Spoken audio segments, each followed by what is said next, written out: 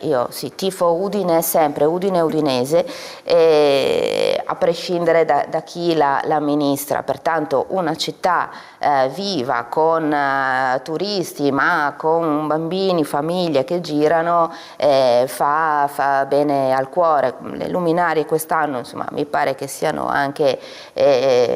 eleganti, ecco, devo dire eleganti. D'altro canto il vice sindaco ha detto non badiamo a spese, effettivamente ci mancherebbe altro che avessero fatto schifo, per cui voglio dire i soldi sono stati spesi, il risultato è di una città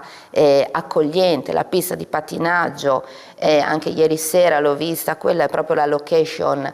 corretta, in piazza 20 settembre. Quindi... Allora mi permetta, a Venanzi non porterà il carbone poi all'Epifania, da quanto capisco, cioè porterà un bel regalo. Diciamo che gli faccio mangiare il panettone, però poi dovremo tirare le fila sul bando per il rilancio economico, sul bando per i quartieri, su come anche poi illuminato la città. Bisogna fare un po' di dieta, sì,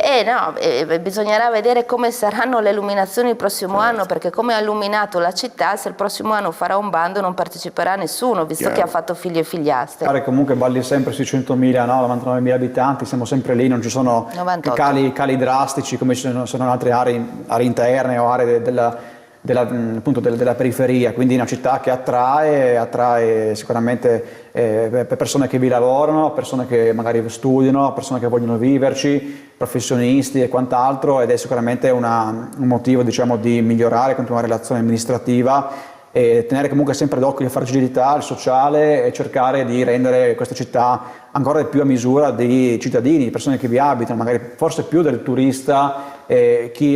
dovrebbe essere valorizzato, e lo è già, ma lo sarà sempre di più, spero, è la persona che vi abita e che magari ha appunto passione, ha voglia di andare appunto anche a piedi o con i mezzi a visitare la propria città, andare per negozi o portare il figlio con passeggino e quant'altro. Quindi su questo insomma vedo che anche i piani stanno venendo realizzati, anche a livello architettonico, ci sono pedonalizzazioni, ci sono piste ciclabili, ci sono miglioramento, potenziamento dei servizi appunto pubblici di trasporto.